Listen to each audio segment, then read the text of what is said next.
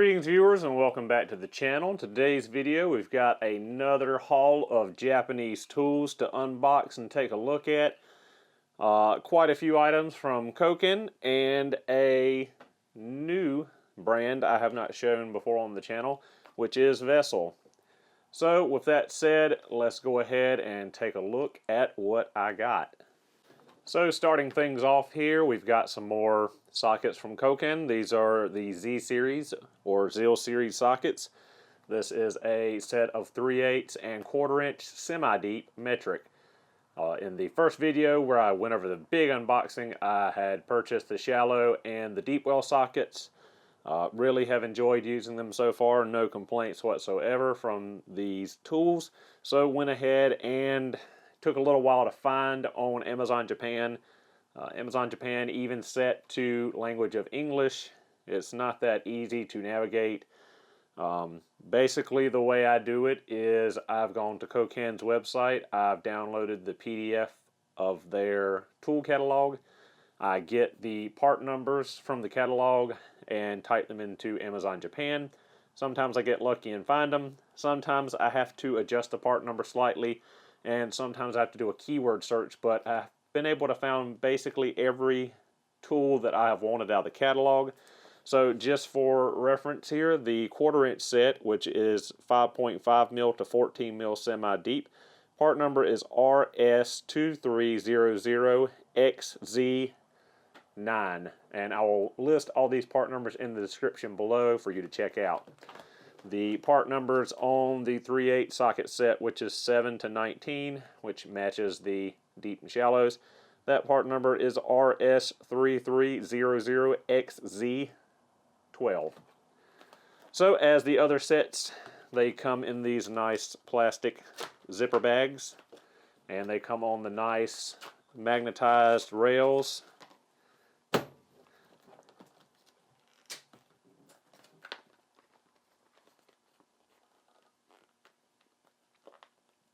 If I can get my fat fingers in here to get these out.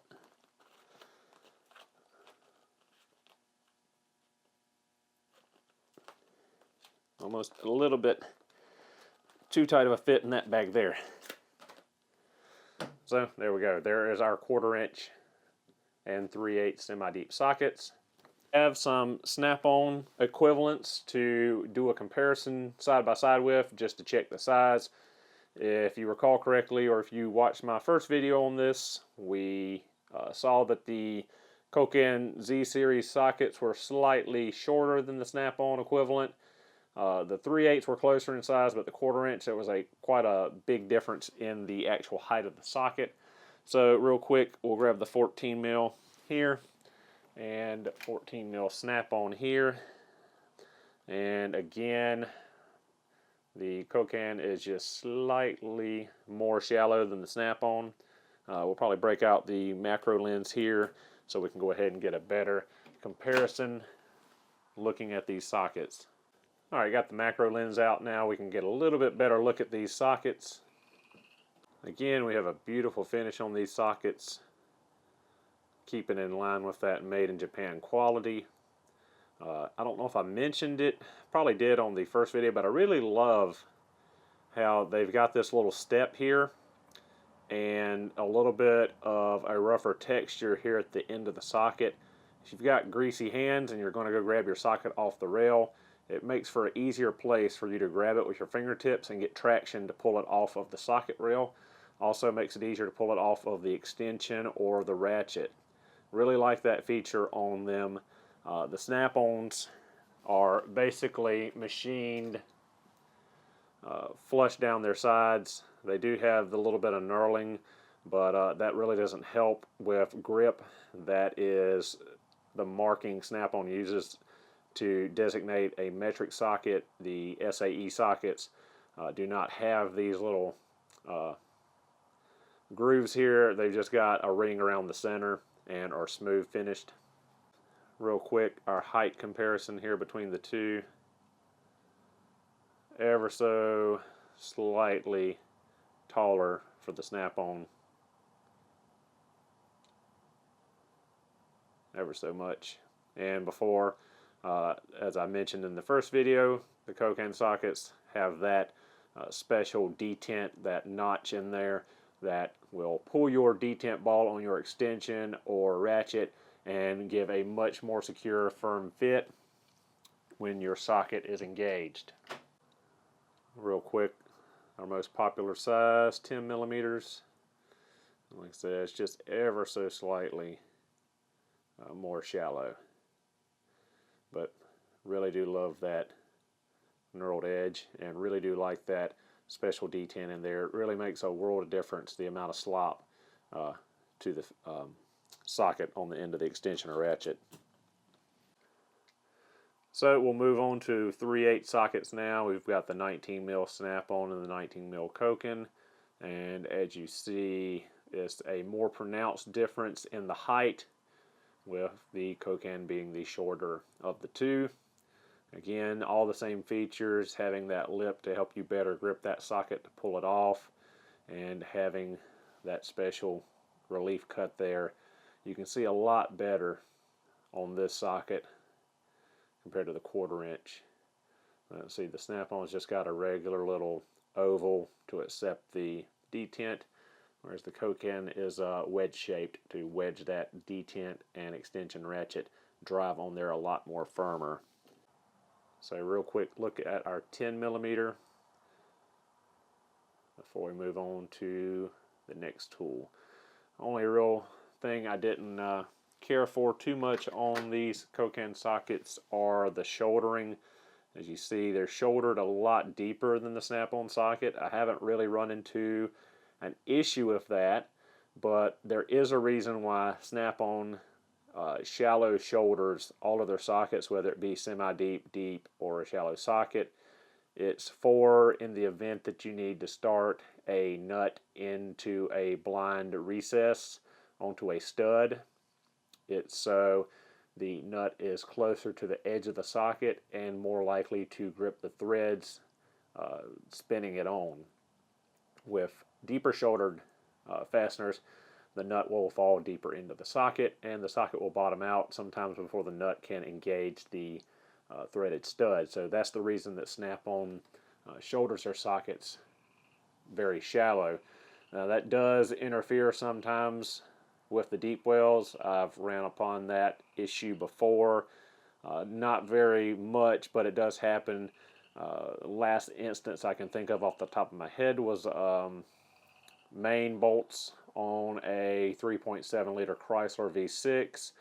They have studs that come up with a flange on them, and a snap-on deep well will not get down far enough onto the fastener to grab the nut for those main bolts. So we'll move on to the next thing. We're going to look at the double jointed universals. So moving on to our next tools, this is a 3/8 and 1/4 inch double universal swivel. Part number on the 3/8 is 3772Z, and 2772Z is the 1/4 inch. Now what these are is exactly what I said. It is a double ended universal joint.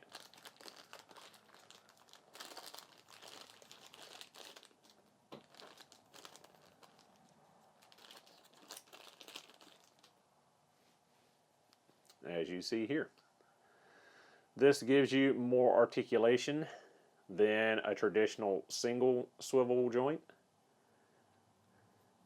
Can't remember exactly off the top of my head what that degree angle is, but I will put it down here in the editing process.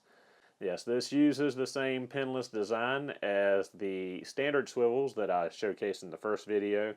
It is their hexagonal ball with a, I believe it's just a little snap ring or circlip in there that retains it, but gives you much smoother motion through the range of the universal joint and causes less binding than a traditional one with a pin in it. And real quick, we'll do a size comparison between the double and the single, and a single snap-on unit. So here is the size difference between the single universal 1/4 inch and our double. As you see, it's still as slim. It's not a fat piece. It's not protruding. Still a very slim, easy to get into, tight, compact area tool. And it's not terribly larger or longer than the single swivel. And real quick, here is the 3/8 version. Again, little, maybe a third taller than the single joint. Just for comparison, we'll throw the snap-on FU8A single joint universal in the mix, and it is not much shorter for this double than the old snappy universal. It does not have the range of motion nor the slim size. It's a little bit fatter, but not by much.